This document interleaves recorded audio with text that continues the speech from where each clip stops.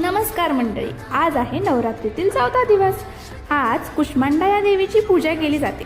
देवीने विश्वनिर्मिती केल्यामुळे तिला कुष्मांडाचे नाव मिळाले। सृष्टीच्या प्रारंभी सर्वत्र अंधारच अंधार होता। तेव्हा कोणताही जीव, ग्रह, तारा किंवा सृष्टी नव्हती। त्यावेळी आदिशक्तीने आपल्या हलक्या स्मिताने संपूर्ण ब्रह्मांडाची निर्मिती केली। त्या स्मितातून सूर्य, चंद्र, नक्षत्रे, आकाश, वायू, जल, अग्नी, पृथ्वी अशा पंचमहाभूतांची उत्पत्ती झाली। म्हणूनच त्यांना सृष्टीची जननी व आदिशक्ती मानले जाते। कुष्मांडातील कु म्हणजे थोडे, उष्म म्हणजे ऊर्जा, अंड म्हणजे ब्रह्मांड। म्हणजेच थोड्या उष्णतेने ब्रह्मांडाची निर्मिती करणारी देवी म्हणजे कुष्मांडा। त्या अष्टभुजाधारी आहेत। या 8 हातांमध्ये त्या कमंडलू, धनुष्य, बाण, कमळ, अमृत कलश, चक्र, गदा आणि जपमाळा धारण करतात व त्या सिंहावर आरूढ आहेत। Do subscribe for more such content.